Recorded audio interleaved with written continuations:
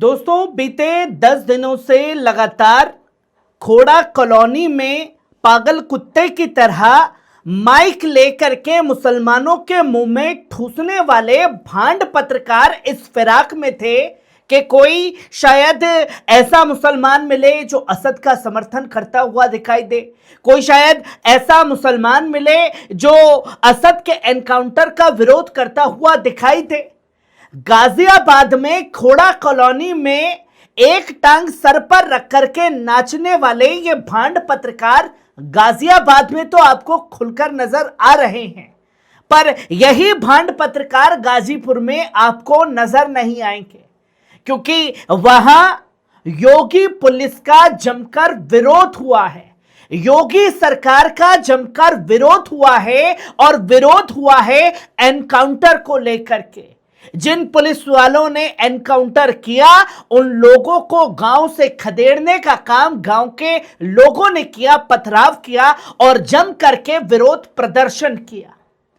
किस तरीके से वीडियो गाजीपुर से सामने आ रहा है, पहले इस वीडियो पर नजर डालिए।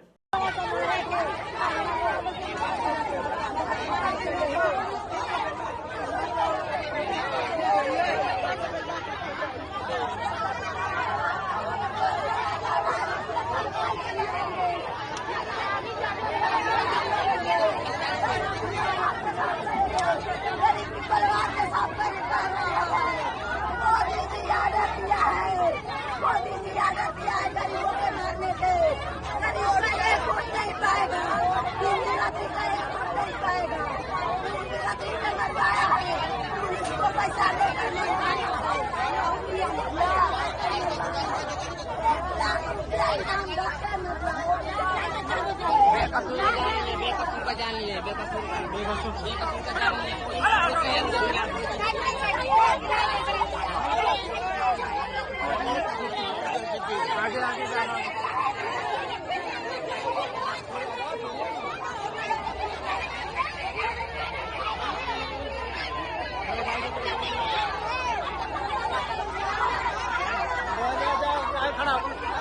गाड़ी के आगे खड़ा होगा, गाड़ी के आगे खड़ा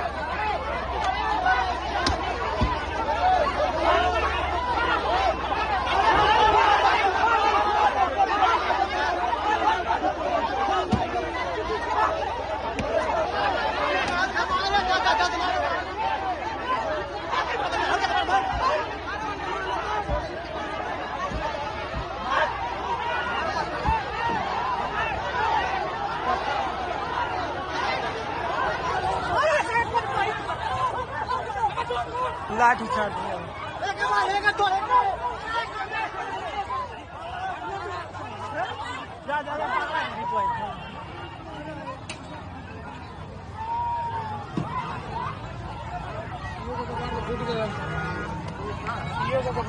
लेके भाग गया।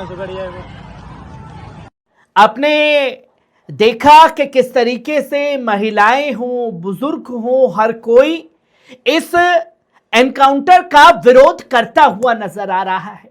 अब एनकाउंटर किसका हो रहा है, यह उत्तर प्रदेश की राजनीति में किसी से छुपा हुआ नहीं है। धर्म, मजहब, जाति देख करके एनकाउंटर करने की स्पेशलिस्ट हो चुकी है योगी सरकार। जहां ना कानून की जरूरत है, ना संविधान की जरूरत है, ना जजों की, ना अदालतों की जरूरत है। सिर्फ अगर जाति दूसरी है, धर्म दूसरा है, मजहब दूसरा है, तो सीधा एनकाउंटर कर दो। और यही उत्तर प्रदेश पुलिस को भारी पड़ गया है, क्योंकि मुझे याद है कि जब सूर्य का कत्ल हुआ तो सूर्य की मां और परिवार द्वारा और कुछ हिंदू संगठन के लोगों द्वारा यह मांग की जाने लगी कि असद का एनकाउंटर होना चाहिए। एनकाउंटर हुआ, तस्वीरें लोगों के सामने आई, पर अब जो पीड़ित परिवार है कमलेश बिंद का, वो योगी सरकार से यह मांग कर रहा है साहब कि एनकाउंटर करने वालों का एनकाउंटर जब तक नहीं होगा तब तक उन्हें इंसाफ नहीं मिलेगा। और अब सवाल यही है, क्या एनकाउंटर करने वाले पुलिस वालों का एनकाउंटर होगा? यह सबसे बड़ा सवाल खड़ा हो गया। और क्या कुछ हुआ है खासतौर पर गाजीपुर में, यह समझने की, देखने की जरूरत है। जहां गाजीपुर में बुधवार रात होटल कारोबारी विनीत राय की हत्या के आरोपी कमलेश बिंद को पुलिस ने एनकाउंटर में ढेर कर दिया। उसकी 37 दिन पहले शादी हुई थी। बिहार के मोहानिया से दुल्हन मनीषा को बड़े धूमधाम से विदा कराकर घर लाया था। मनीषा नर्सिंग की छात्रा है। मनीषा को भी पुलिस ने हिरासत में लेकर पूछताछ की थी। दैनिक भास्कर से मनीषा ने कहा, मेरे पति निर्दोष थे, पुलिस उन्हें रामपुर से जबरन उठाकर लाई थी। 30 मई को मुझे और मेरी प्रधान जेठानी को पुलिस ने थाने में बिठाए रखा।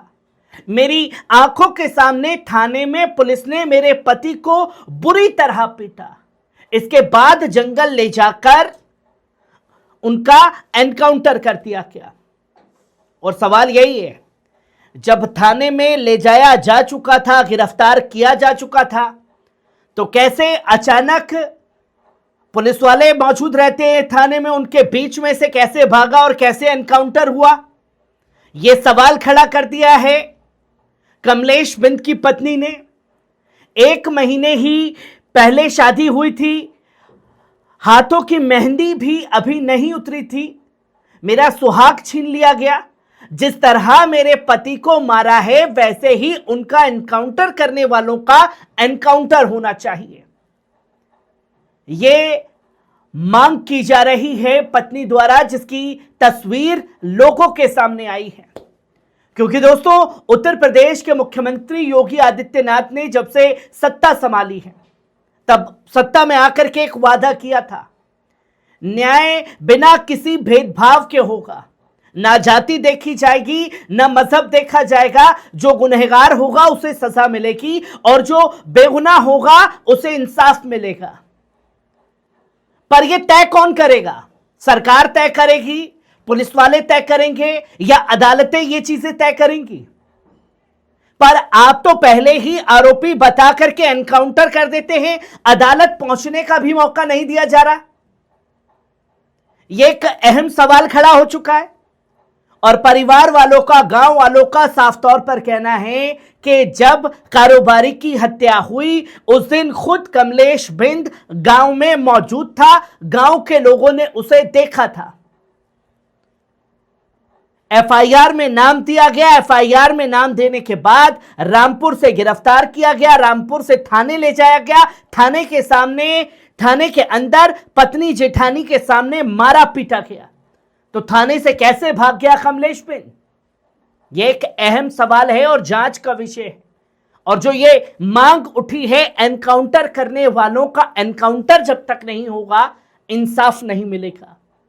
खबर कैसे लगी कमेंट बॉक्स में आकर के अपनी राय जरूर दीजिएगा। शुक्रिया।